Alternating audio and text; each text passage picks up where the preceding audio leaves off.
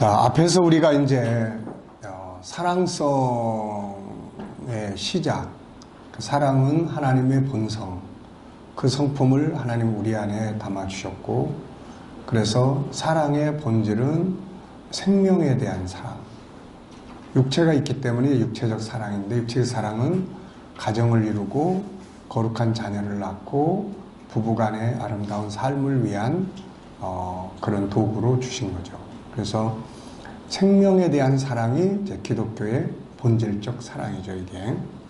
천국에 들어가면 육체적 사랑이 아닌 생명에 대한 사랑이 이제 삶의 질서가 되는 거죠.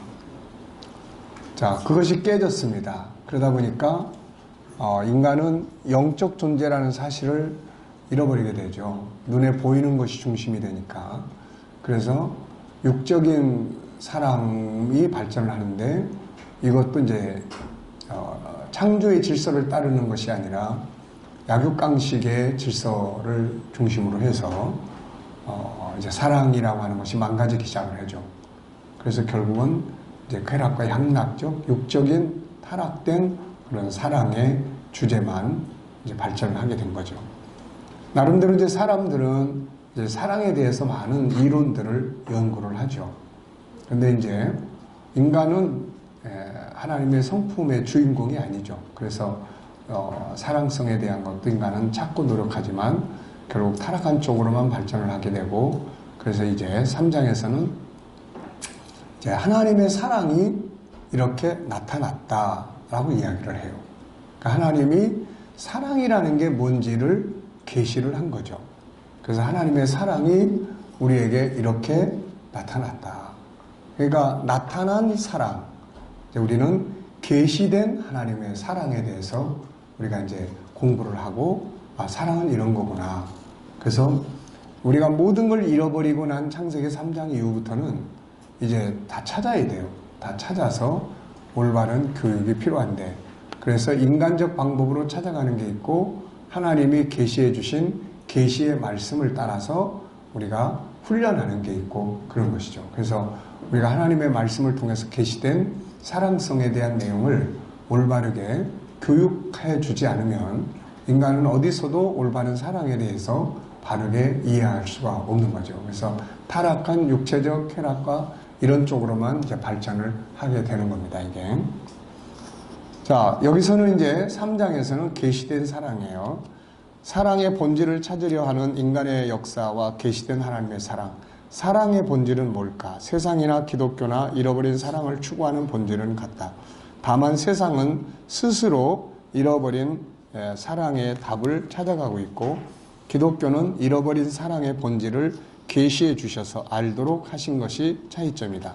세상의 많은 사람들이 잃어버린 사랑의 본질을 찾고자 하는 노력을 기울일 때, 사랑의 본체이신 하나님은 그분의 사랑을 세상에 계시해 주셨는데, 하나는 말씀을 통해서요, 또 하나는 그분의 아들 예수 그리스도를 세상에 보내셔서 사랑이라는 게 뭔지를 보여주신 거죠. 자, 말씀을 통해서 계시된 사랑의 법을 보면, 선지자들을 통해서 계시된 하나님의 사랑의 법은 바로 십계명을 중심으로 하는 율법이죠. 우리가 사랑해야 될 대상에 대해서 예수님이 이렇게 말씀했어요. 마태복음 22장 37절. 그렇죠. 앞에 절이 빠졌네요. 예수께서 이르시되 마음을 다하고 목숨을 다하고 뜻을 다하여 주 너희 하나님을 사랑을 하셨으니 이것이 크고 첫째 되는 계명이요 둘째도 그와 같으니 내 이웃을 내 자신같이 사랑을 하셨으니 이 두 계명이 온 율법과 선자의 강령이니라. 첫째는 하나님 사랑, 둘째는 이웃 사랑. 그렇다면 하나님을 사랑하고 이웃을 사랑하는 방법이 무엇인가? 그것을 기록한 것이 바로 십계명이요 그 안에 들어있는 율법의 내용들이다. 십계명은 하나님을 사랑하는 방법 4가지와 사람을 사랑하는 방법 6가지를 기록하고 있으며, 그 안에 구체적인 내용을 기록한 것이 율법의 내용이죠. 그래서 이 법이라고 하는 것은 사랑의 계명이에요, 이게. 그래서 사랑이라는 건 뭐 눈물을 흘리는 거, 또 이런 것들이 아니라 이제 현장이죠, 현장. 그래서 하나님을 사랑하는 법 4가지, 크게 보면 5가지. 첫째는 너는 나 외에 다른 신을 두지 마라. 둘째, 너를 위하여 새긴 우상을 만들지 말고 그들을 섬기지 마라. 셋째, 너는 내 하나님 여호와의 이름을 망령되이 부르지 마라. 넷째, 안식일을 기억하여 거룩히 지키라. 다섯 번째는 사람을 사랑해라. 이것은 십계명의 다섯 번째부터 10번까지의 계명을 지키는 것이 역시 하나님을 사랑하는 것이다 라는 거죠. 하나님을 사랑하는 자는 당연히 사람을 사랑해야 한다. 사람을 미워하면서 하나님을 사랑한다고 하는 건 맞지 않는 일이다. 사도 요한은 보이는 사람을 사랑하지 않는 사람이 어찌 보이지 않는 하나님을 사랑할 수 있는가 라고 묻고 있죠. 사람은 모두 하나님의 형상을 가지고 있다. 따라서 사람을 미워하는 것은 하나님의 형상을 미워하는 것이 되는 거죠. 그래서 우리가 하나님을 사랑한다고 말하면서 사람을 미워하고 증오하고 하는 것은 올바른 믿음이라고 할 수가 없는 거죠. 자, 사람을 사랑하는 법 6가지. 첫째, 내 부모를 공경하라. 둘째, 살인하지 마라. 셋째, 간음하지 마라. 넷째, 도둑질하지 마라. 다섯째, 내 이웃에 대하여 거짓 증거하지 마라. 여섯째, 내 이웃의 집을 탐내지 마라. 예, 이것이 이제 사람을 사랑하는 방법이에요. 부모를 사랑하고. 근데 여기 보면 자식 사랑을 뭐 해라 이런 말은 없잖아요. 그 왜 그렇습니까? 네, 이거는 뭐 그냥 내리사랑. 네. 근데 부모는 공경하고 사랑하라는 걸 안 가르쳐 주면은 갖다 다 그냥 고려장 시키는 거예요, 이게. 네. 자, 그래서 이 10가지를 확대시켜 보면은 613가지가 됩니다. 그리고 우리 이제 G7에서 이 613가지를 104개의 법으로 우리가 정리를 한번 했었죠. 그래서 이 법을 언제 한번 제대로 교육을 시켜볼까 지금 이제 생각 중에 있습니다. 그래서 이런 법을 한 번쯤은 우리가 전체적으로 공부를 해야 돼요, 이게. 그동안 뭐 맨날 계명 하면서도 주제는 많이 이야기를 하는데 실제적 내용을 공부해본 일은 별로 없습니다, 이게. 그 교인들도 잘 모르죠, 하나님의 법에 대해서. 그래서 한 번쯤은 이제 그런 부분들. 그래서 이제 저희도 오후 예배 시간에 이제 지금 진행하는 프로그램이 끝나면은 계명에 대해서 한번 전체적으로 이렇게 강의할 시간을 가져볼 생각이에요. 다만 기억할 건 구약의 법에서 대체된 것들이 있죠. 뭐 하나님께 나아가는 법으로서 속죄법, 절기와 의식, 음식물을 통해서 거룩하게 되는 이런 법들. 율법에서는 사람이 하나님께 나아가기 위해서는 양이나 소등의 희생제물을 잡아서 피를 뿌렸지만 신약에서는 완전한 제물이신 예수 그리스도를 통해서 하나님께 나아가게 돼 있고 이제 절기나 음식물들을 통해서 사람이 거룩하게 되는 게 아니고 그분의 사랑의 말씀을 지키는 삶과 예수 그리스도의 피로 사람이 거룩하게 되는 거죠. 이것은 율법을 폐지한 게 아니라 완성한 것입니다. 그러므로 이 같은 하나님께 나아가기 위한 법, 거룩하게 되는 법들이 예수 그리스도와 생활의 거룩함으로 이루어진 것을 제외한 나머지 모든 법들은 성실하게 지켜져야 하는 거죠. 이것을 통해서 하나님을 사랑하고 이웃을 사랑하고 자기 자신이 건강하고 만물을 아끼고 사랑함으로써 창세기 1장 28절부터 31절의 아름다운 삶을 만들게 되는 거죠. 그래서 사도 바울은 모든 율법이라고 하는 것은 사랑 안에서 다 이루어진 것이다 라고 이야기를 해요. 로마서 13장 8절 피차 사랑의 빛 외에는 아무에게든지 아무것도 치지 말라. 남을 사랑하는 자는 율법을 다 이루었느니라. 간음하지 말라, 살인하지 말라, 도둑질하지 말라, 탐내지 말라 한 것과 그 외에 다른 계명이 있을지라도 내 이웃을 내 자신같이 사랑하라 하신 그 말씀 가운데 다 들었느니라. 사랑은 이웃에게 악을 행하지 아니하나니 그러므로 사랑은 율법의 완성이니라. 갈라디아 5장 14절에는 온 율법은 내 이웃 사랑하기를 내 자신같이 하라 하신 한 말씀에서 이루어졌나니 이렇게 말씀하고 있죠.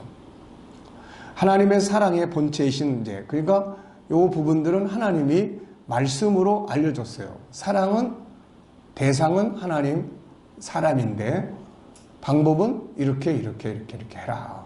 이게 바로 하나님을 사랑하는 거고 사람을 사랑하는 거다. 사랑한다 그러면서 그 집을 맨날 비난하고 이러면은 이거는 뭐 우리가 교회 안에서 형제를 사랑합니다 해놓고 뒤에 가가지고 맨날 그 형제를 비난하고 그러면은 10계명에 몇 계명에서 어긋나는 거예요. 거짓 증언하지 마라. 이 계명에 이제 저촉이 되는 거예요. 또 자매를 사랑합니다 그래 놓고는 그 집에 있는 물건들, 또 아니면 거짓말 해가지고 얼렁뚱땅해서 이익을 취하고, 이건 전부 다 사랑하는 게 아니에요, 이게. 그래서 이 십계명은 사랑의 계명입니다. 사랑의 계명이 하나님 사랑, 이웃 사랑에 대한 계명이에요. 나머지 법들은 그 안에서 더 구체화시킨 거죠. 살인하지 말라. 거기에는 이제 예를 들면은 품값을 오랫동안 주지 않고, 그것도 살인이에요. 사람을 죽게 만들어. 또 고리대금, 사체, 이것도 사람을 죽음에 이르게 해. 그러니까 꼭 칼로 갖다 딱 찔러서 죽이는 것만이 아니라 포고함, 이것도 사람을 상하게 하는 거예요. 그러니까 이런 것들을 이제 나머지 구체화된 법들이 성경 속에 들어있는 거죠. 그러나 그거를 크게 종합해 보면은 10개의 계명이 나오고, 그거를 또 하나로 주제로 정하면 사랑이라고 하는 틀 속에, 사랑 속에 율법이 다 이루어져 있다. 그래서 율법을 지키는 것이 사랑의 행동이다라는 것이죠. 자, 두 번째는 이제 하나님의 사랑의 본체이신 예수님이 이제 오셨어요. 사랑 덩어리가 온 거죠. 그래서 사랑의 본체가 오셔서 말씀으로만이 아니라 그 아들 예수 그리스도를 보내시고 사랑이 무엇인지 가르치고 또 직접 삶을 통해 보여주고, 예수님은 제자들에게 자기가 한 것처럼 너희도 사랑하라, 이렇게 말씀했어요. 요한복음 13장 34절에 새 계명을 너희에게 주노니 서로 사랑하라. 내가 너희를 사랑한 것 같이 너희도 서로 사랑을 해라. 네, 내가 너희를 사랑한 것 같이. 예수님이 어떻게 사람을 사랑하셨는가를 보면은 이제 알 수가 있는 거죠. 예수님은 세상에 오셔서 사랑의 성격이 뭔지를 보여줬는데, 첫째는 먼저 낮아진 자리로 내려오죠. 하늘에서 이 땅으로 내려와요. 그분은 항상 먼저 다가옵니다. 그래서 사랑은 먼저 다가가는 거예요. 먼저 하늘에서 땅으로 먼저 찾아오셨고, 고통받고 억눌린 자들을 자유하게 하시기 위해서 먼저 찾아갔습니다. 버림받은 자들을 먼저 찾아갔죠. 항상 먼저 찾아가요. 로마서 12장 10절에 보면은 바울 사도는 너희가 형제를 존경하며 존경하기를 서로 먼저 하라, 이렇게 말씀해요. 그러니까 먼저 하는 것이 사랑의 시작점이에요. 두 번째는 사람을 중요하게 여기죠. 그분은 인간의 가치를 물질이나 힘으로 평가하지 않고 영혼, 생명 자체를 인정합니다. 그들의 아픔을 이해했고, 중기한 자가 잘못된 인생을 살 수밖에 없는 상황에서 가지고 있는 아픔을 이해했어요. 그래서 그는 한없이 용서하셨고 새롭게 기회를 줬습니다. 그래서 음행하다 붙들린 여인, 귀신 들린 사람, 주님의 사랑의 가장 중요한 핵심은 인간의 가치, 인간의 생명의 가치를 인정하는 데서 출발하는 겁니다. 세 번째 이제 섬겨주죠. 마태복음 20장 20절에 인자가 온 것은 섬김을 받으려 함이 아니고 도리어 섬기려 하고 자기 목숨을 많은 사람의 대속물로 주려 함이니라. 네 번째는 평등히 여기고 높여줍니다. 그분 앞에는 차별이 없어요. 오히려 약한 자들, 소외당한 자들, 아이들, 버림받았던 사람들을 더 중요하게 여기죠. 그분은 이들을 자신의 형제요 부모라고 합니다. 다섯 번째는 자기 목숨을 바쳐주죠. 사랑의 꽃은 자기 희생입니다. 자기 희생 없이 사랑이 될 수가 없죠. 부모가 자녀를 위해서 자기를 희생합니다. 그래서 부모의 사랑이 크다고 말합니다. 예수님은 자기를 제물로 잡아서 인간을 위해 희생시켜 주죠. 여섯 번째는 필요를 채워줘요. 그분은 항상 필요한 것이 뭔지를 보셨고 자기 중심이 아니라 상대방 중심이에요. 항상. 예수님은 자기를 채우려고 하는 게 아니라 상대방을 채워주려고 하는 거죠. 그들의 필요를 먼저 채워주시고 사역으로 초청을 하십니다. 사랑은 나 중심이 아니라 상대방 중심이에요. 그분은 이 땅의 것만 채워주신 것이 아니라 영원한 것을 채워주십니다. 일곱 번째, 치료하고 자유하게 하심. 주님은 묶인 자를 자유하게 하셨고 병든 자들을 치유하시고 그들의 가치와 삶을 회복시켜 주셨어요. 여덟 번째는 수용, 용서하심이죠. 그분은 사람들의 잘못된 일들을 책망하거나 무시하지 않습니다. 그 모습 그대로 수용해 주셨죠. 그리고 자기를 못 박아 죽이는 자들까지 용서했습니다. 사랑은 부족함을 수용하고 마음에 들지 않는 것, 자기에게 손에 끼치는 것을 용납하는 것이죠. 그리고 성공하도록 도와줍니다. 주님은 항상 사람들이 성공하도록 도우셨어요. 실패한 베드로를 2배나 가득 잡도록 도우셨고, 포도주가 떨어진 혼인집에 포도주를 채우셨고, 먹을 것이 부족해서 굶주려 있던 사람들에게 오병이의 기적을 통해 풍성하게 채워줍니다. 문제 앞에서 고민하던 사람들의 문제를 풀어주셔서 그들로 하여금 승리하도록 돕고, 항상 인생의 성공을 도와줘요. 이게 사랑이에요. 이게 부모는 자식이 잘 되도록 항상 돕죠. 이게 그 다음에 10번째, 끝까지 함께합니다. 예수님은 제자들을 떠나시면서 그들에게 영원토록 함께 하시겠다고 약속했고, 고아처럼 버리지 않겠다고 했어요. 예수님의 사랑은 한 생명을 위해 자기를 희생하신 헌신입니다. 그분의 사랑의 핵심은 생명에 대한 존중함이에요. 이 생명의 존중을 위해 낮은 자리로 내려오시고 사람 앞에 머리를 숙이고 그들을 섬기고 평등한 자리로 높여주셨고 그들의 필요를 채워주고 자기를 희생한 겁니다. 이게 예수께서 보여주신 사랑은 이런 거야 라고 말씀하신 거예요. 사랑은 이렇게 하는 거다 라는 걸 보여준 거죠. 이게 자, 사도 바울이 설명한 사랑의 성격, 천국을 보고 온 바울은 사랑의 성격을 다음과 같이 설명하고 있다. 사랑은 오래 참는 것이다. 사랑은 온유한 거다. 사랑은 시기하지 않고, 사랑은 자랑하지 않고, 교만하지 않는다. 자기 자녀가 대학 입시에 떨어져가지고 이제 속상해하는 집에 신방을 갔는데 같이 간 권사님이 기도 끝나자마자 자기 아들 대학 입학에 딱 합격한 이야기를 막 하는 거예요. 이게. 그러면은 신방하러 위로하러 갔다가 열받게 만들고 오는 겁니다. 이게. 그러니까 자랑하지 않는다. 막 여러 사람이 모였는데 막 다이아몬드 끼고 가가지고 번쩍번쩍하게 끼고 가서 야, 이거 우리 남편이 사다 준 건데 세계에서 딱 2개밖에 없는 거야. 그러면 이제 그 자리에 모인 사람들이 설교는 은혜롭게 다 잘했는데 끝나고 나서 밥 먹으면서 열받게 다 만들고 그러고 오는 거죠. 그러니까 자랑하지 않는 것, 전부 다 이게 바울 사도가 사랑성을 이야기할 때 이건 전부 다 상대방을 배려하는 거예요. 그래서 사랑에 있어서 가장 핵심은 배려예요. 배려. 상대방의 관점. 그래서 우리가 이제 나누는 사랑을 다룰 때 가장 많이 다루는 것이 배려입니다. 배려. 네, 그래서 우리가 나눔의 사랑은 3가지를 다뤄요. 하나는 배려고, 그 다음에 하나는 나눔이고, 그 다음에 수용. 이 3가지가 사랑성에서 아주 중요한 특징들입니다. 바울이 설명한 사랑 역시 목표는 생명을 권하기 위한 거예요. 한 사람을 살리기 위해 끝까지 기다리고 배려하고 자기 중심이 아닌 상대방 중심이 되는 거죠. 여기서 이제 바울 사도가 사랑의 목표라 우리가 생명 구원이라고 말하는 것은 우리가 그 앞에 보면은 이런 말씀이 나오죠.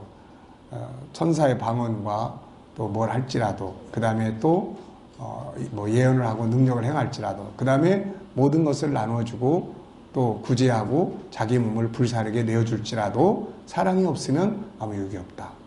세상에서 말하는 사랑은 그런 거죠. 나눠주고 구제해주고 자기 몸을 희생해주고. 근데 세상에서는 목표가 생명 구원을 위해 이런 게 아니죠. 그래서 생명 구원의 목표가 없다면 그 아무 의미가 없다는 이야기죠. 이게 결국은. 그래서 마지막 사랑의 결정은 예수께로 안내해 주는 거죠. 그래서 그 영혼을 구원해 주기까지. 그러니까 계속 참는 거예요. 끝까지 참는 거예요. 참다가 못 참다가 확 다 뒤집어 보면은 그 다음에 뭐 니나 잘 믿으라 그러고 돌아서 버리니까. 그러니까는 또 참고 또 참고 참기 힘드니까 그 다음에 어떻게 해 이제 하나님 앞에 또 와서 펑펑 울고 속상해 죽겠다 그러고 막. 예, 그러면 또 예수님은 뭐라 그럽니까? 야, 내가 널 위해서 그렇게 했는데 너 그거 못한다고 그러면 어떻게 하냐?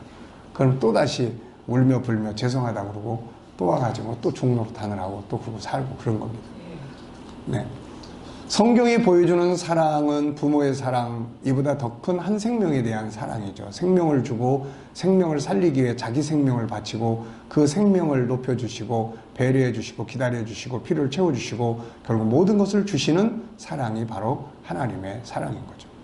베드로의 사랑의 성격은 죄를 덮어주는 거죠. 베드로가 설명한 사랑의 성격은 죄를 덮어주는 거예요. 죄를 가려주는 거죠. 네. 이 가려주는 역할을 예수님이 하시기 위해서 자기 피를 뿌려준 겁니다. 이게 우리가 창세기 3장에서 가죽 옷을 입혀준 사건은 하나님이 아담과 하와의 그 죄를, 부끄러움을 가려주는 거죠. 가려주는 거. 네. 그래서 접는 거예요. 근데 고양이과에 속한 사람들은 파헤쳐. 아주 능숙하게 파헤쳐요. 이걸 검사나 이런 사람들은 파헤치는데 아주 도사가 되는 거고, 근데 우리가 교회에서 사랑을 말할 때는 끄집어내는 게 아니고 덮어주는 거예요. 이제. 네. 사도 요한이 말한 사랑의 성격은 희생과 나눔입니다. 그가 우리를 위해 목숨을 버리셨으니 우리가 이로써 사랑을 알고 우리도 형제를 위하여 목숨을 버리는 것이 마땅하니라. 누가 이 세상의 재물을 가지고 형제의 궁핍함을 보고도 도와줄 마음을 닫지 않으면 하나님의 사랑이 어찌 그 속에 거하겠느냐. 자녀들아, 우리가 말과 혀로만 사랑하지 말고 행함과 진실함을 하자. 여기서 이제 사도 요한이 말하는 사랑은 나눔입니다. 나눔. 희생과 나눔이에요. 네. 자, 두 번째, 사랑의 목표. 가장 중요한 건 사랑의 궁극적 목표죠. 일반적으로 세상에서 사랑이라고 할 때는 도와주고 헌신해 주는 거 생각합니다. 그러나 성경에서 말하는 사랑의 궁극적인 목표는 그 사람의 생명을 구원하는 거예요. 이것이 없는 사랑은 무의미해요. 그래서 바울은 내게 있는 모든 것으로 구제하고 내 몸을 불사르게 내줘도 사랑이 없으면 아무 유익이 없다라고 이야기를 해요. 그래서 구원이에요. 고린도서 12장 15절, 내가 너희 영혼을 위하여 크게 기뻐함으로 재물을 사용하고 또 내 자신까지도 내어주리니 너희를 더욱 사랑할수록 나는 사랑을 덜 받겠느냐. 바울이 말하는 사랑은 그들의 영혼을 구원하는 거죠. 예수님은 그분의 사랑의 궁극적 목적을 이렇게 말씀했습니다. 하나님이 세상을 이처럼 사랑하사 독생자를 주셨으니 그를 믿는 자마다 멸망하지 않고 영생을 얻게 하는 것. 이게 사랑의 근본 목적이에요. 하나님이 세상을 사랑했어요. 그 독생자를 보냈어요. 결론은 그들로 하여금 멸망하지 않고 영생을 얻게 하기 위해서다. 그래서 기독교의 사랑이 세상의 사랑보다 더 큰 것은 이 사람을 구원하려고 하는 데 있기 때문이에요. 세상은 상대적입니다. 저 사람이 불쌍하니까 내가 도와줘. 그럼 안 불쌍하면 안 도와주고. 우리는 그게 아니고 그 사람이 불쌍하든 안 불쌍하든 영혼을 살리기 위해서 사랑하고. 세상은 네가 그렇게 나와? 좋아. 나도 그러면 이제 그만한다. 이렇게 되는 거고, 기독교의 사랑은 조건 없이 끝까지 그 영혼을 구원하는 데 가는 거예요. 그러기에 세상보다 더 큰 사랑을 갖게 되는 거고, 그의 영혼을 구원하기까지 참고 견디며 희생하고 헌신하는 것입니다. 세상은 사랑이라고 말하면 대체적으로 육체적 사랑을 말하지만 사랑의 본질은 뭐예요? 생명에 대한 사랑이에요. 생명을 사랑하는 신뢰 속에서 육체적 사랑도 이루어져야 되는 거죠. 자, 우리가 가져야 될 사랑은 크게 두 영역. 첫째는 채워야 될 사랑. 사람의 마음은 그릇처럼 돼 있어요. 그래서 이 그릇을 채워야만 나눠줄 수가 있는 거지, 채워지지 않고 나눠지면 이제 나중에는 뭐가 됩니까? 이제 번아웃이라고 그러죠. 이게 완전히 이제 기진맥진 해버리는 거죠. 그래서 부모가 자식을 사랑하는데 부모는 채움이 없이 계속 나눠주려고 하다 보니까 어떤 부모는 자식이고 뭐고 다 이제 그냥 다 안 보고 살았으면 좋겠어요. 이런 이야기들을 해요, 이제. 네. 자, 채워야 할 사랑을 채우지 못하면 사랑을 줄 수 없을 뿐만 아니라 스스로 마음이 병들게 되죠. 반대로 사랑은 풍성하게 채워져 있는데 나눠주지 않으면 동맥경화 환자같이 삶에 행복이 없어져요, 이게. 많은 사람들이 자기가 가진 거를 나눠주는. 자, 우리도 그렇죠. 말씀을 들을 때도 은혜가 되지만 어때요? 가서 가르치고 나눠줄 때 전하는 자가 더 풍성한 은혜와 감동을 받아요, 이게. 그러니까 이게 들어가고 나가는 것, 신진대사가 잘 이루어져야 돼. 뭐든지. 우리 인간도 마찬가지잖아요. 먹을 게 잘 들어가야 되고 또 잘 나와야 돼, 이게. 이게 들어가긴 자꾸 들어가는데 나오질 않으면 어떻게 됩니까, 이거? 이거 골칫덩어리예요, 이거. 그리고 나가긴 잘 나가는데 들어가지를 못해. 입맛이 썩고 막 이래가지고. 이것도 또 안 되는 거예요.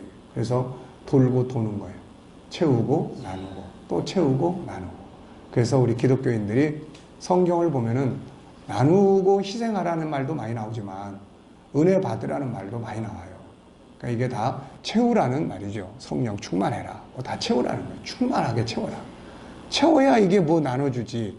근데 안 채우니까 그냥 나눠주는 게 힘든 거예요, 이게. 네. 자, 본서에서는 이제 채우는 사랑에 대해서 공부를 합니다. 자, 복습. 하나님의 사랑은 어떤 방법으로 계시되어 있죠? 크게 이제 두 가지로 계시가 되어 있는데, 하나는 이제 계명이에요. 대표적인 사랑의 계명이 십계명, 그 안에 들어있는 이제 613가지에. 그러나 그 중에는 신약으로 대체되어 있는 게 많고, 그래서 우리가 정리한 거 104가지의 계명을 우리가, 네. 그래서 제가 봤을 때 이 계명과 그 다음에 이 성품 있잖아요.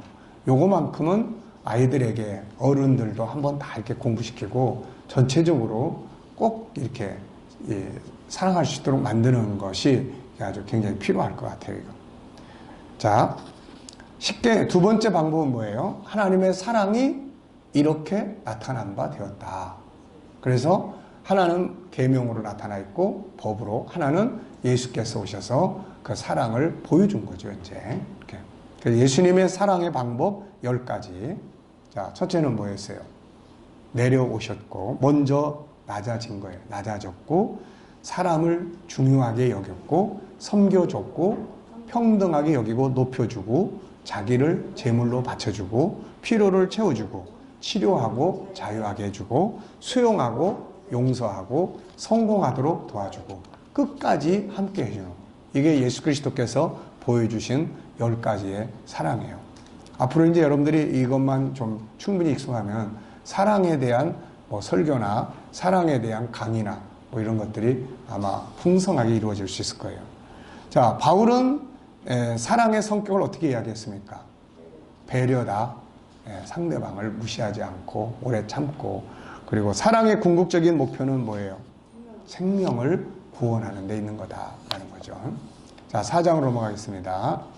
자, 그러면 이제 여기서부터는 우리가 이제 채우는 영역인데, 첫 번째로 채워야 될 게 하나님의 사랑이에요. 하나님의 사랑. 그래서 그 사랑을 이제 우리가 채우는 작업을 해야 됩니다. 자, 신앙이란 뭔가? 신앙이란 먼저 아버지의 사랑을 알고 그 사랑 안에 거하는 것입니다. 채우는 사랑. 에베소 3장 17절. 믿음으로 말미암아 그리스도께서 너희 마음에 계시게 하시옵고 너희가 사랑 가운데서 뿌리가 박히고 터가 굳어져서 능히 모든 성도와 함께 지식에 넘치는 그리스도의 사랑을 알고 그 너비와 길이와 높이와 깊이가 어떠함을 깨달아 하나님의 모든 충만하신 것으로 너희에게 충만하게 하시길 구하노라. 여기 보면은 신앙의 원리가 들어있어요. 신앙이라는 것은 그리스도가 우리 마음에 계시는 거고, 그 다음에는 그분의 사랑이 우리 안에서 터가 박혀지는 거예요, 이게. 그리고 그 사랑의 뭡니까? 넓이와 길이와 높이와 깊이가 무엇인지를 깨달아서 그게 우리 안에 충만하게 거하는 거예요. 그러니까 하나님의 사랑이 우리 안에 충만하도록 거하는 거예요. 잘 알아야 돼. 하나님의 사랑에 대해서 일단은 알아야 돼. 높이, 길이, 뭐 이런 말은 그 내용을 잘 알아야 된다. 그런 이야기예요. 우리가 하나님 사랑 이야기 많이 하는데 내용에 가면 막상 잘 몰라요, 이게. 그래서 그 내용을 잘 깨달아야 된다. 그러면은 그 깨달음 속에 하나님의 모든 충만한 사랑의 은혜가 우리 안에도 충만하게 채워지게 되는 거죠, 이게. 자, 요한일서 3장 16절에도 하나님이 우리를 사랑하시는 사랑을 우리가 알고 믿었노니 하나님은 사랑이다. 사랑 안에 거하는 자는 하나님 안에 거하고 하나님도 그 안에 거하시느니라. 그러니까 사랑 안에 거하는 거예요. 풍성하게 충만하게 채우는 거예요. 하나님의 사랑 안에. 그러니까 우리들이 복음을 전한다 이 말은 다른 말로 말하면 하나님의 사랑의 역사를 전해주는 거예요. 자, 우리가 천국 복음 전해. 그러면 천국 복음은 하나님의 사랑 가운데서 몇 번째 해당되는 거예요? 네 번째, 예비하시는 사랑.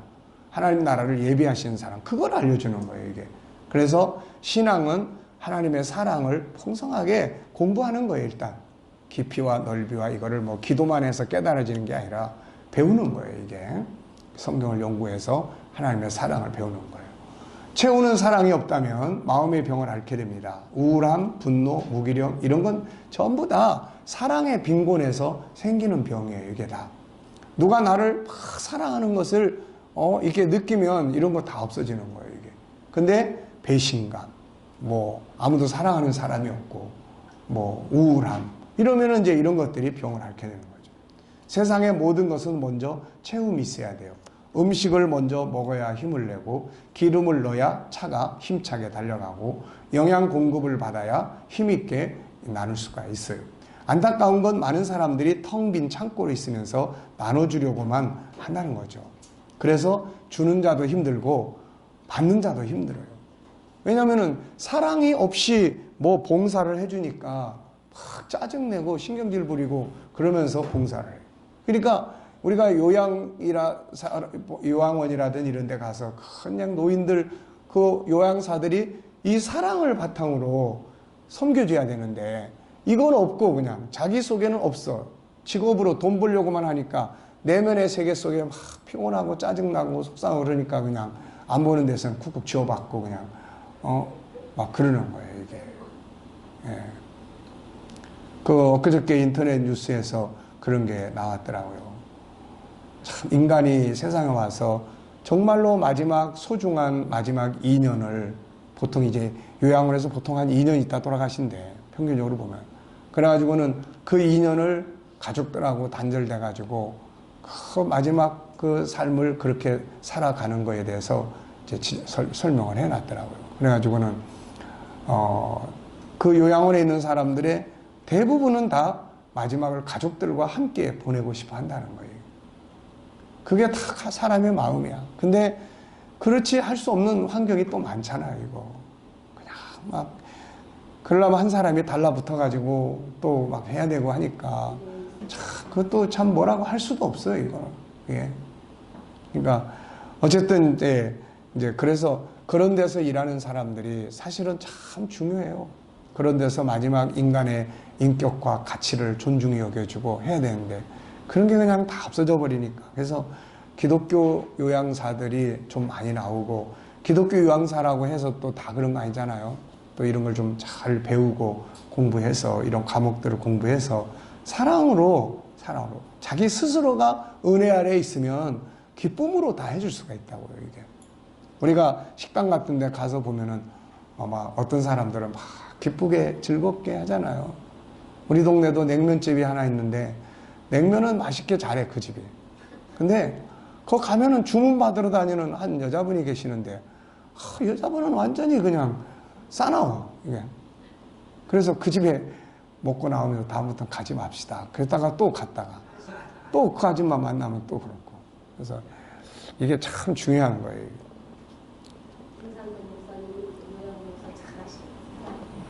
그러니까 주는 자도 힘들어. 막 자기 안에 기쁨이 없는데, 자기 안에 막 사랑의 어떤 감격이 없는데 사랑을 주려고 그러니 이게 막 짜내봐야 나올 게 없는 거예요.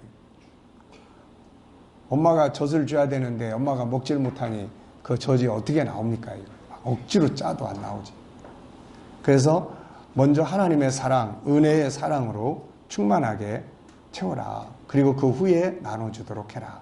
예수님도 제자들에게 먼저 하늘로부터 오는 성령의 능력을 채우고 난 뒤에 그분의 증인이 되라. 이런 말씀을 한 거죠. 사도행전 1장 8절. 오직 성령이 너희에게 임하시면 너희가 권능을 받고 예루살렘과 온 유대와 사마리아와 땅끝까지 이르러 내 증인이 되라. 네. 베드로 사도도 뭔가 일하려면은 하나님이 주시는 힘으로 해라. 이런 말씀을 해요. 베드로서 4장 11절. 만일 누가 말하려면 하나님의 말씀을 하는 것 같이 하고 누가 봉사하려면 하나님이 공급하시는 힘으로 하는 것 같이 해라. 근데 막 은혜 받을 자리에 안 나와. 공부도 열심히 안 해. 말씀도 잘 안 배워. 그런 사람이 예배위원으로 안내 딱 쓰면 그냥 맨날 인상 쓰고 있고, 또 누가 뭐라 그러면 그냥 자기 스트레스 받은 거 그냥 팍팍 쏴대고. 그러니까 그런 사람들이 입구에 딱 서 있으면 막 조마조마한 거야. 누가 또 오다가 또 시험 받아가지고 돌아가지 않을까 하고. 네. 그러니까 이게 참 채워야 돼. 하여튼 은혜를 채워야 되는 거야. 채우고 난 다음에는 그게 너무 감사하고 사랑을 나누어 줄 수가 있죠. 나눔으로 또 다시 채워지기도 하고, 내가 나누면서 또 채워져, 이게. 나눔이 없다면 사해바다같이 썩어서 속에서 썩어버리게 된다. 복음도 나눌 때 새로운 은혜가 되고 감동이 되죠. 가진 재물도 재능도 모두 나눌 때에 복이 되고 행복이 돼요. 근데 들은 바된 채워진 말씀이 없네, 이거. 그 말씀이 없는 사람은 이제 맨날 나눠주는데 보니까 자기 이야기만 해, 맨날. 자기 자랑만 하고, 자기 이야기만 하고, 복음이 하나도 없으니까, 말씀이 하나도 없으니까 보면 맨 엉뚱한 소리만 하고, 뭐 이런 이야기들만 계속 해대고, 아니면 막 설교 시간에 성질만 내고, 막 소리만 질러대고, 이렇게 돼요, 이게. 뭔가 내면이 꽉 찬 사람들은 그런 것들이 밖으로 이렇게 나타날 때 듣는 사람들이 굉장히 풍성하죠, 이게. 근데 안에 게 없는 사람은 그냥 짜증내고 막 성질내고 막 이렇게 돼요. 이제 먼저 채우는 사랑에 대해서 살펴보게 되는데 본장에서부터 7장까지는 하나님의 사랑에 대해서 살펴보게 된다. 이것을 단순히 지식으로만 하는 게 아니라 이걸 받아들이고 믿고 이걸 깨달아가고 성령 안에서 자기 것으로 만들어 가야 돼요, 이게. 그래서 나중에 김 목사님 부흥회 하실 때 이걸 하나님의 사랑을 부흥회를 해봐요. 하나님의 사랑의 역사에 대해서 부흥회하고 이런 것도 주제로 해서 부흥회 얼마든지 할 수 있는 부분들이니까 하나님의 사랑에 대한 이번 주간에 이제 우리 우 목사님 보고 나도 비고 부 목사도 비고 다 비니까 목사님이 한 주간 특별 새벽 집회를 하시라고 그래서 주제를 정해라고 했더니 이제 하나님의 사랑 5가지 이 4가지를 목사님이 이제 분류해가지고 창조의 선택의 사랑에서부터 이번 한 주간 동안 그걸 이제 새벽 시간에 한다고. 그래서 참 은혜로운 주제라고 이야기를 했어요. 그래서 교인들한테도 광고해서 많이 참석하라고 했는데 어쨌든 신앙은 그거예요. 하나님의 사랑. 이거를 내가 내 안에 담고 바울 사도가 길이와 높이와 그 깊이와 이런 거를 너희들이 풍성하게 깨닫고 그걸 채우라고 이야기를 한 거죠. 자, 사랑의 편지인 성경. 성경은 사실 알고 보면 사랑의 편지예요. 아버지가 아들에게 보내는 사랑의 편지가 바로 성경이에요. 인간과 하나님의 관계는 단순한 조물주와 피조물의 관계가 아니에요. 세상의 종교는 단순한 신과 피조물의 이 관계예요. 그래서 굉장히 무서워하죠. 신을 굉장히 두려워해요. 근데 우리 기독교는 그런 종교적 관계가 아니고 아버지와 아들의 관계예요. 그 이유는 우리가 그분의 형상대로 만들어졌기 때문이에요. 그래서 아버지 되신 하나님께서는 이 세상에 방탕한 다 잃어버린 세상에 태어났어. 자기의 형상을 가진 자식들이. 에덴 동산 같으면은 성경이 필요가 없죠. 근데 이게 창세기 4장에서부터 다 잃어버린 다음에 태어나는 자녀들은 뭔가 가이드북이 없으면은 아무것도 몰라, 이거. 그래서 하나님이 우리에게 가이드북을 주셨는데 그게 사랑의 편지예요. 아들아, 너는 이렇게 만들어졌고 네가 이 땅에 태어난 건 이렇게 배경이 있고 그렇게 한 이유는 이것이며 네가 세상에 존재하는 이유는 이거고 그리고 마침내 너를 위해서 이런 게 예비되어 있고 네가 힘들면 하늘에 요청하면 내가 이렇게 보낼 거고 전부 그런 이야기란 말이에요, 이게. 그래서 아버지 대신 하나님은 이 세상에 살고 있는 그의 아들들에게 사랑의 편지를 보내셨는데 이것이 바로 성경이죠. 이 속에는 하나님께서 사람을 얼마나 사랑하는지 그리고 그 사랑이 뭔지를 자세하게 보여줘요. 주님을 비롯해서 수많은 일꾼들은 하나님의 사랑을 증거하죠. 요한복음 3장 16절 하나님이 세상을 이처럼 사랑했다. 로마서 5장 8절 우리가 아직 죄인 되었을 때 그리스도께서 우리를 위하여 죽으심으로 하나님께서 우리에 대한 자기 사랑을 확증했다. 하나님이 우리를 사랑한다는 증거가 뭐냐? 아들을 보내서 십자가에 죽게 한 거다. 에베소 2장 4절 긍휼이 풍성하신 하나님이 우리를 사랑하신 그 큰 사랑을 인하여 허물로 죽은 우리를 그리스도와 함께 살렸다. 요한지 4장 9절 하나님의 사랑이 우리에게 이렇게 나타난 바 됐다. 구약 역시 하나님께서 우리들을 얼마나 사랑하시는지를 설명하고 있음을 많은 곳에서 볼 수 있죠. 이사야 44장 3장 4절 내가 내 눈에 보배롭고 존귀하며 내가 너를 사랑하였은즉 내가 너 대신 사람들을 내주며 내가 너를 보배롭고 존귀하게 여기고 너를 사랑했다. 49장 15절 여인이 어찌 그 젖먹는 자식을 잊겠으며 자기 태에서 난 아들을 긍휼히 여기지 않겠느냐. 그들은 혹시 잊을지라도 나는 너를 잊지 아니할 것이라. 내가 너를 내 손바닥에 새겼고 너의 성벽이 항상 내 앞에 있나니. 그래서 하나님의 사랑을 좀 공부하고 묵상하고 깨달으려고 하는 사람들한테는 요거를 암송하도록 하는 게 좋아요. 이게 암송이 되면 내 안에서 항상 하나님의 사랑이 머물게 돼요. 이게 거하는 거예요. 사랑 안에 거하는 거예요. 네. 그래서 좀 더 사랑에 대한 은혜를 담아주기를 원하면 이런 성경 구절들을 암송하게 또 만들어주고 써서 붙여놓고 묵상하게 만들어주고 그러면 이제 그리스도의 사랑, 하나님의 사랑이 우리 안에서 이렇게 거하게 되는 거죠. 시편 16편 3절 땅에 있는 성도들은 존귀한 자들이니 나의 모든 즐거움이 그들에게 있도다. 스바냐 3장 17절 너의 하나님 여호와가 너희 가운데 계시니 그는 구원을 베푸실 전능자이시라. 그가 너로 말미암아 기쁨을 이기지 못하시며 너를 잠잠히 사랑하시며 너로 말미암아 즐거이 부르며 기뻐하시리라. 전능하신 하나님이 이런 말씀을 하시는 거예요. 이처럼 신약과 구약 전체는 하나님이 그 자녀들을 얼마나 사랑하시고 기뻐하시는가를 보여주고 있습니다. 믿음이란 뭔가? 바로 이 같은 하나님의 사랑을 어떻게 해요? 받아들이는 거예요.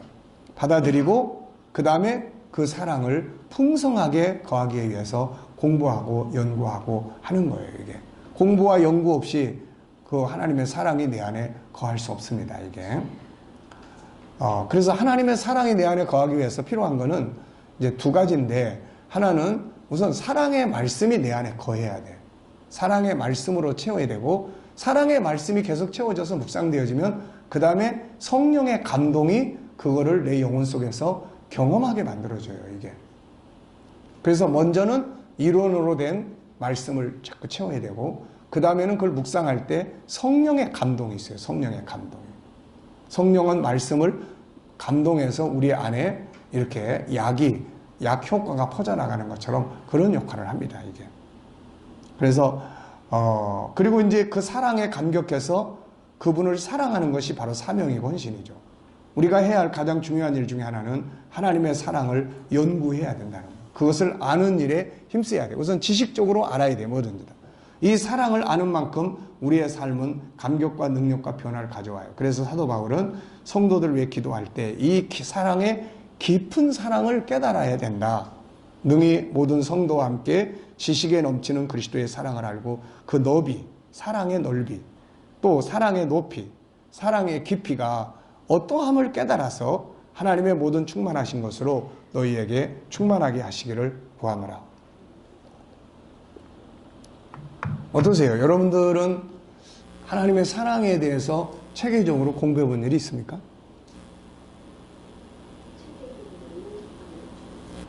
체계적으로 아마 공부하는 건 이번에 여기서 처음일 수 있을 거예요. 이게.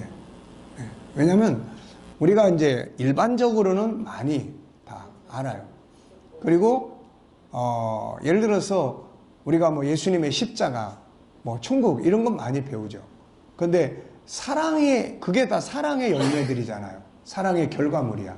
그런데 실질적 사랑에 대한 내용을 우리가 주제화해서 제대로 연구하거나 공부해 본 일은 거의 없습니다. 이게 뭐. 저도 내가 이걸 연구를 통해서 이거를 알게 된 거지. 보통 일반적으로는 많이 뭐 하나님의 사랑, 십자가, 뭐 요한복음 3장 16절 잘 아니까 그런데 구체화된 이런 부분들은 우리가 제대로 공부해 본 일이 없어요. 우리가 안 해봤으니 또 어때요? 성도들에게도 뭐 이런. 그래서 앞으로 이제 우리가 이런 거를 뭐 특별 새벽 기도회라든지 이런 것들을 정해서 집중적으로 이렇게 뭐 한 주간 아니면 성경 강해 시간을 특별히 뭐 성경 부흥회가 아니더라도 그런 성경 강해 집회 시간을 통해서 이런 걸 집중적으로 이렇게 한 주제들을 다루어진다든지 그러면은 굉장히 이게 참 풍성한 은혜가 우리 안에 있게 되는 거예요. 이게. 자, 성경 속에 나타나고 있는 하나님의 사랑을 우리가 크게 네 가지로 이제 정리를 합니다. 창세기부터 창세 전부터 시작한 하나님의 사랑의 역사를 다루는 거죠.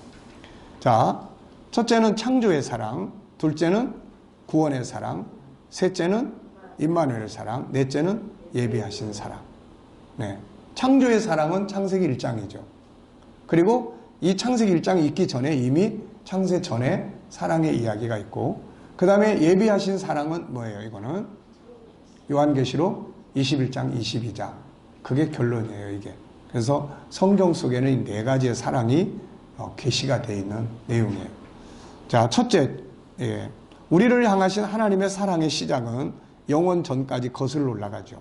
인간에 대한 하나님의 창조의 사람은 창조의 사역이에요. 사람이 아니고 창조의 사랑이에요.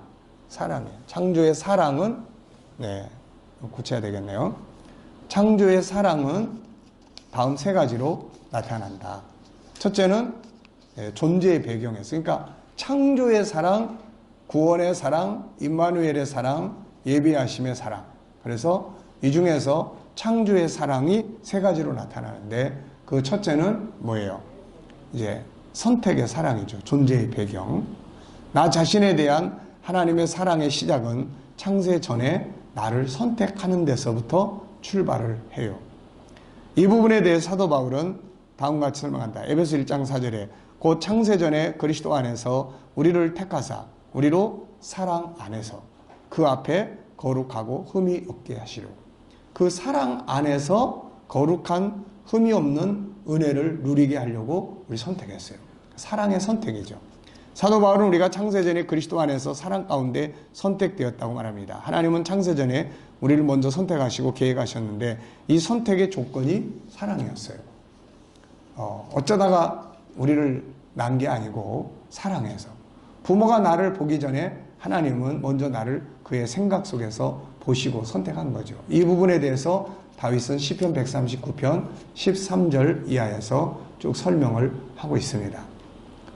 시편 139편 13절부터 이건 중복됐네요. 주께서 내 내장을 지으시며 나의 모태에서 나를 만드셨나이다. 내가 주께 감사함은 나를 지으심이 심히 기묘하심이라. 주께서 하시는 일이 기이함을 내 영혼이 자라나이다. 내가 은밀한 데서 지음을 받고 땅의 깊은 곳에서 기이하게 지음을 받은 때에 나의 형체가 주의 앞에 숨겨지지 못하였나이다. 내 형질이 이루어지기 전에 주의 눈이 보셨으며 나를 위하여 정한 날이 하루도 되기 전에 주의 책에 다 기록이 되었나이다. 하나님이여 주의 생각이 내게 어찌 그리 보배로운지요 그 수가 어찌 그리 많은지요 내가 세려고 할지라도 그 수가 모래보다 많습니다. 그래서 다윗은 이제 성령의 감동으로 사람이 존재하게 되는 배경을 설명했죠. 인간은 하나님이 모태에서 창조했고 인간은 심히 기묘하게 만들어졌고 은밀한 곳 어머니 모태에서 지음 받을 때 어머니는 몰랐지만 하나님이 보고 계셨고 인간의 형질이 이루어지기 전에 하나님의 눈이 먼저 보셨고 그의 책에 기록하시고 선택과 계획하셨고 한 사람에 대한 하나님의 섭리와 지혜는 바다의 모래와 같이 많다. 네. 그런데 이제 사도 바울은 이 과정에 대해서 한마디로 그리스도의 사랑 가운데 우리 선택했다. 이렇게 이야기하는 거예요. 사랑 가운데서. 네. 이런 일이 그냥 어쩌다 이루어진 게 아니라 하나님의 사랑하심 속에서 이런 일들이 이루어졌다는 거죠. 세상에서 가장 큰 사랑을 어머니의 사랑이라고 말합니다. 그러나 다윗은 어머니의 사랑보다 더 크고 깊은 것이 바로 하나님의 사랑임을 말합니다. 이 부분에 대해 이사야는 이렇게 설명하죠. 49장 14절에 오직 시온이 이르기를 여호와께서 나를 버리시며 주께서 나를 잊으셨다 했거니와 여인이 어찌 그 젖먹는 자식을 잊겠으며 자기 태에서 난 아들을 긍휼히 여기지 않겠느냐. 그들은 혹시 잊을지라도 나는 너를 잊지 아니할 것이라. 내가 너를 내 손바닥에 새겼고 너의 성벽이 항상 내 앞에 있나니. 하나님의 사랑은 우리를 선택하실 때부터 시작됩니다. 어느 누구도 나를 보기 전에 그분이 먼저 보셨고 계획했죠. 우리를 향한 하나님의 가장 첫사랑은 나를 단 하나의 존재로 선택했다는 데 있어요. 이것은 위대한 미래를 위한 선택이기 때문이죠. 이 선택의 완성은 어디서 완성이 돼요? 새하늘과 새 땅에서 완성이 되는 겁니다. 그러니까 위대한 미래를 위한 선택이 바로 하나님이 우리에 대한 첫 번째 사랑이에요. 이거를 바르게 알아야 되는 거죠. 이거를. 두 번째는 이제 창조의 과정에서 하나님의 사랑이 나타납니다. 하나님의 최고의 사랑의 선물은 자기 형상을 우리한테 딱 준 거예요. 자기 형상을. 동물이나 우주 만물은 하나님의 형상이 아니고 그냥 단순하게 만들어진 피조물들인데 인간 속에는 하나님의 형상을 딱 넣어놓은 거예요. 창조의 사랑의 두 번째는 창조의 과정에 나타난다. 창세기 1장은 하나님이 천지를 창조하셨다는 사실을 설명하죠. 그런데 놀라운 사실은 하나님이 모든 창조물을 사람에게 다 주셨다는 거예요. 이유는 창세기 1장 27절에 있는 것처럼 하나님이 자기 형상과 하나님의 형상대로 사람을 창조하시되 남자와 여자를 창조하시고 형상. 인간은 다른 피조물과 달리 하나님의 형상대로 지음을 받았어요. 이건 하나님의 사랑의 선물입니다. 우리가 하나님께 받은 최고의 선물.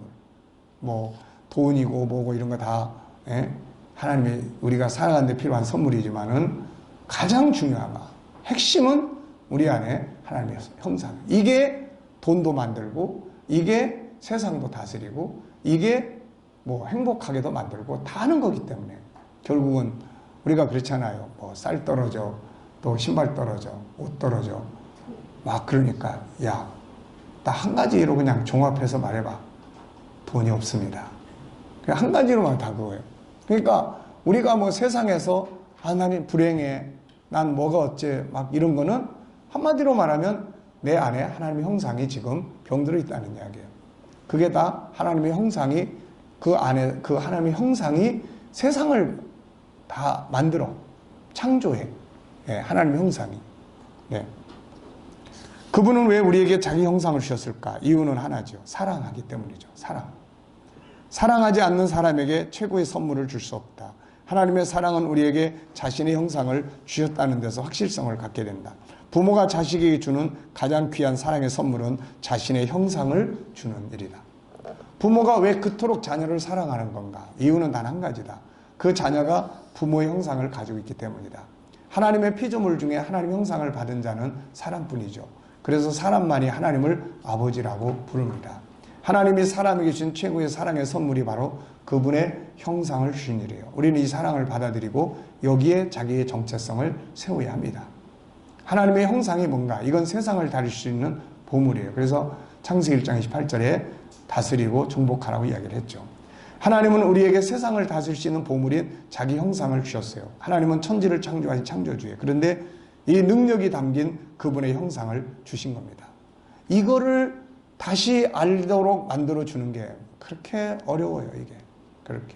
이것만, 자기 본래의 정체성만 탁 찾으면 세상 앞에 담대하고 자신있고 그럴 텐데, 세상에 와가지고 약육강식의 잘못된 인간의 가치 기준이 나의 정체성이 돼가지고, 그것 때문에 사네, 죽네, 맨날 뭐 이러고 사는데, 이거를 이제 이걸로 바꿔줘야 되는데, 이게 참 그렇게 쉽지가 않아요. 왜냐하면, 그래서 어렸을 때부터 심어줘야 되는 거예요. 어렸을 때부터. 어른이 되고 나니까 세상의 가치가 자기 정체성이 돼 있기 때문에 그 안에다가 이걸 다시 넣어주려고 그러니까 이게 여간 어려운 게 아니에요. 이게.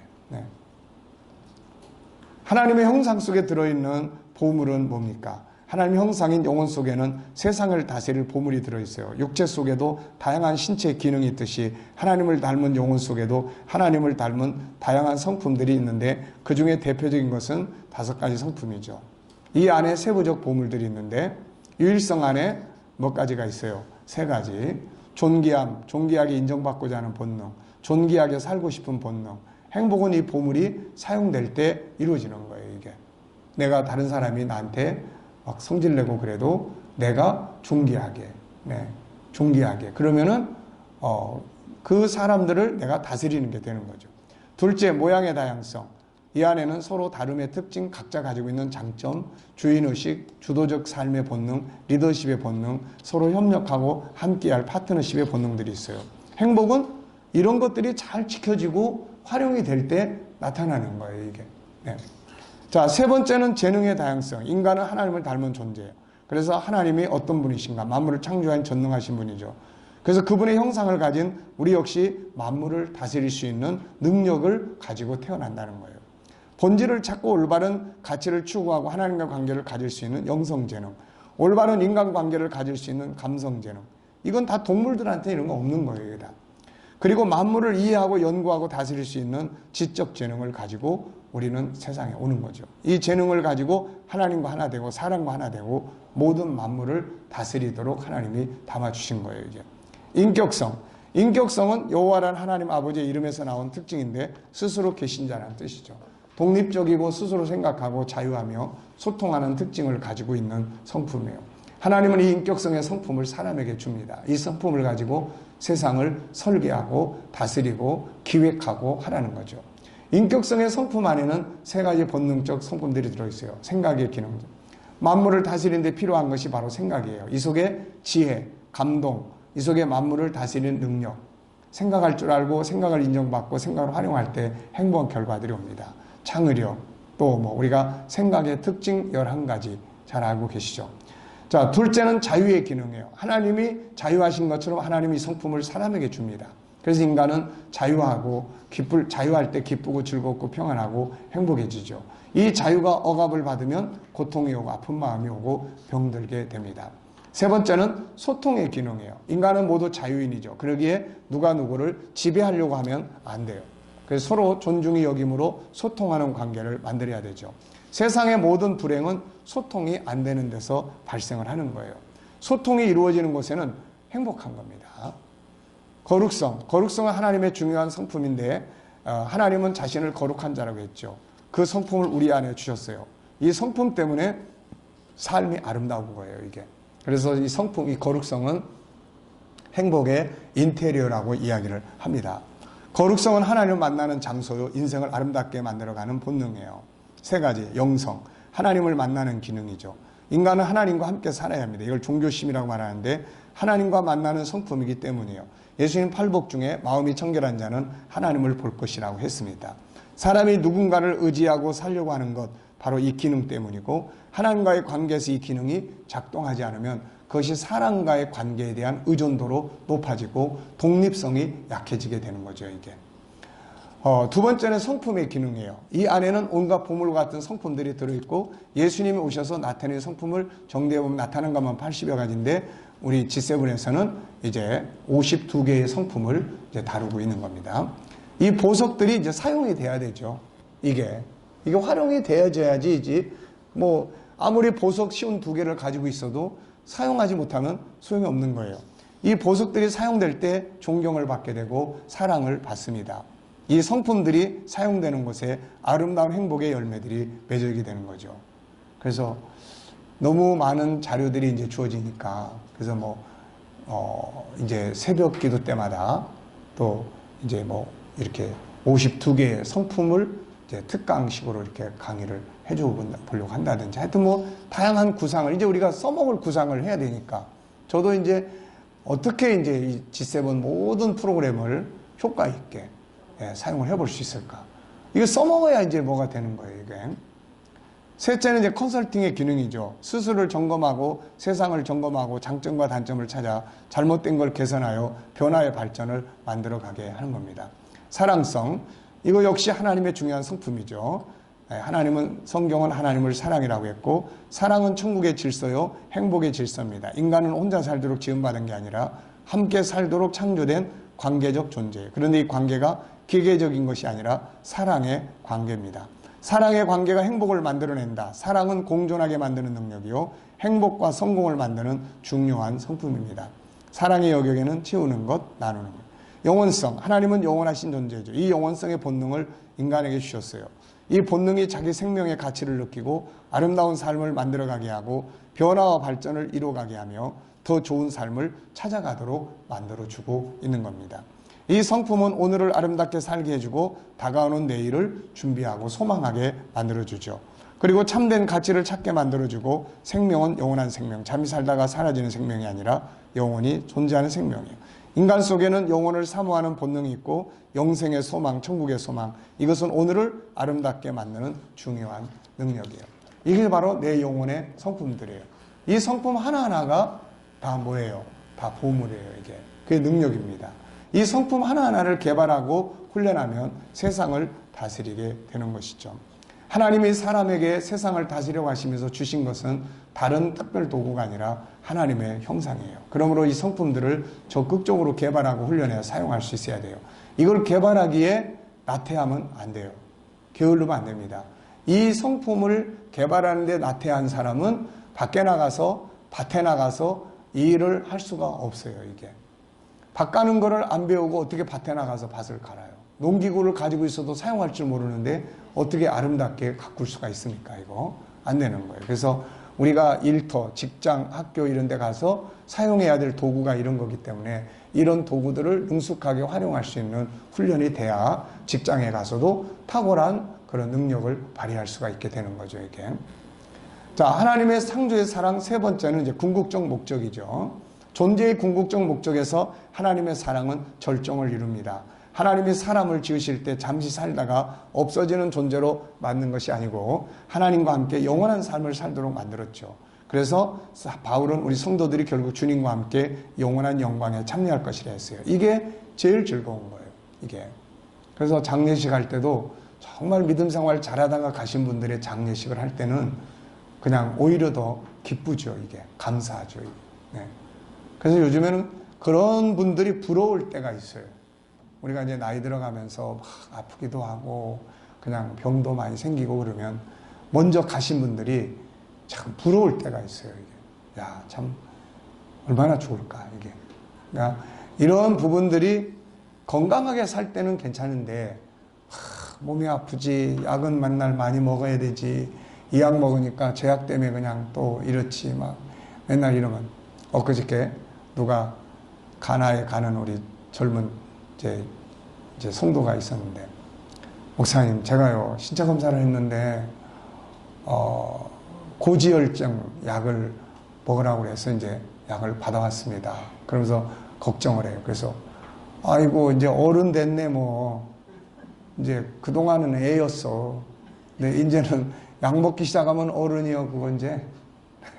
그러니까 그 앞에 있던 딸이 아이고 목사님 그렇게도 해석할 수 있네요 또 그러더라고. 이거 가지고 이제 땀 네.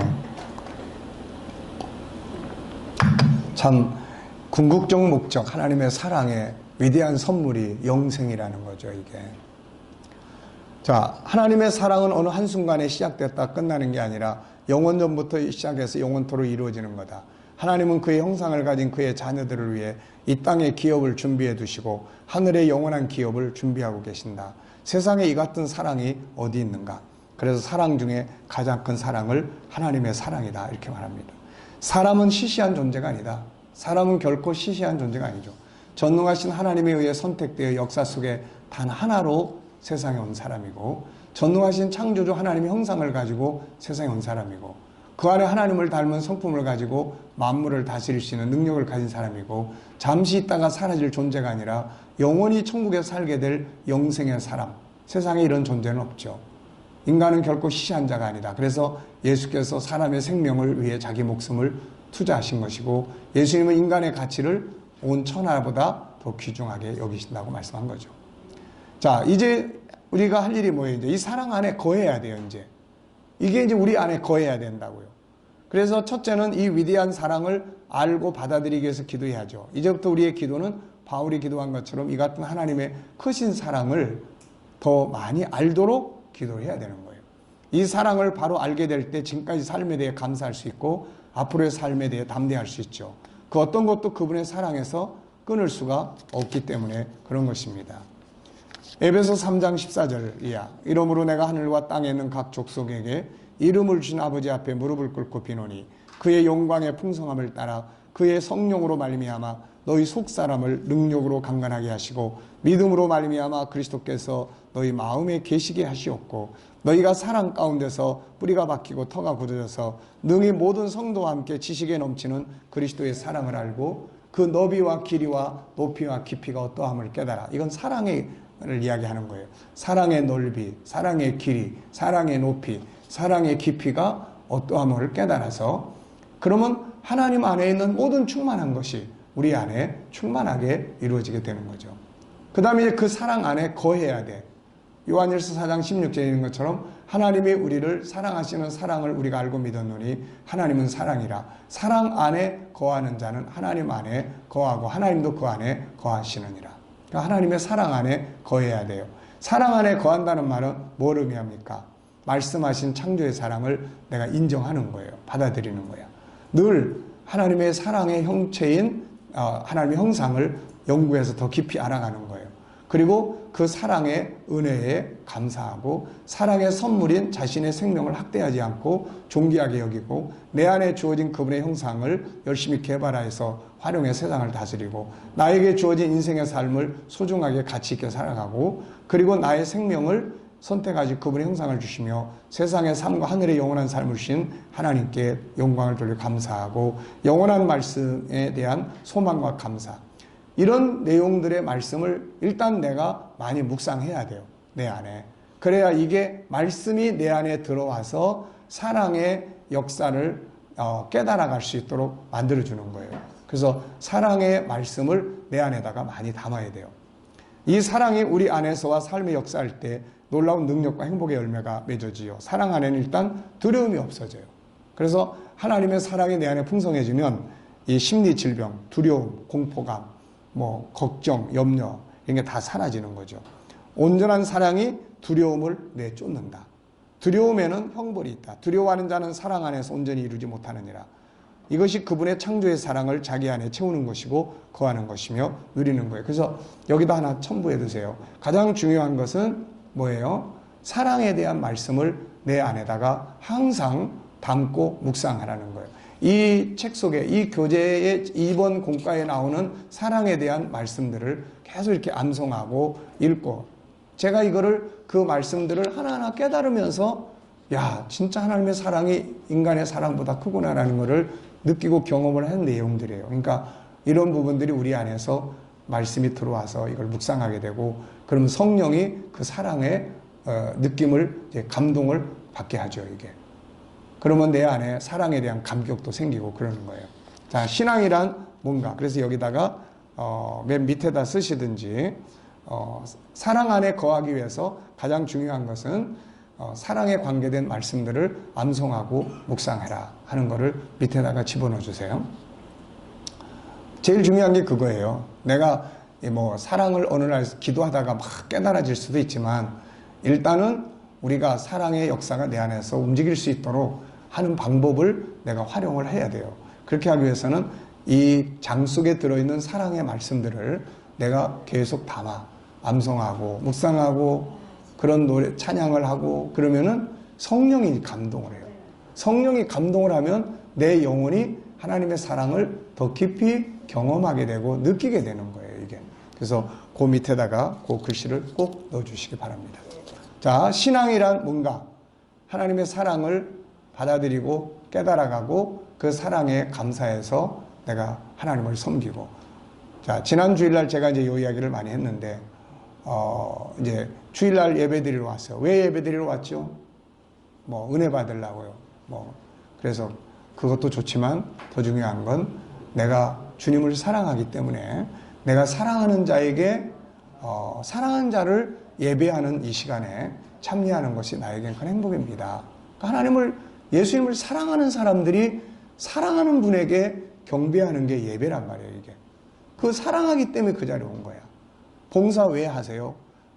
내가 주님의 사랑이 너무 감사해서 내가 가진 재능을 나누는 것이 내가 주님의 사랑에 대해서 너무 감사해서 보답하는 그런데, 그래서 봉사를 한다. 이런 게 이제 이루어져야 되는 거예요. 그래서 고린도후서 5장에 보면 바울사도의 사명의 철학, 옛날에 우리 공부했죠. 바울사도가 사명을 감당하는 배경이 뭐예요? 두 가지.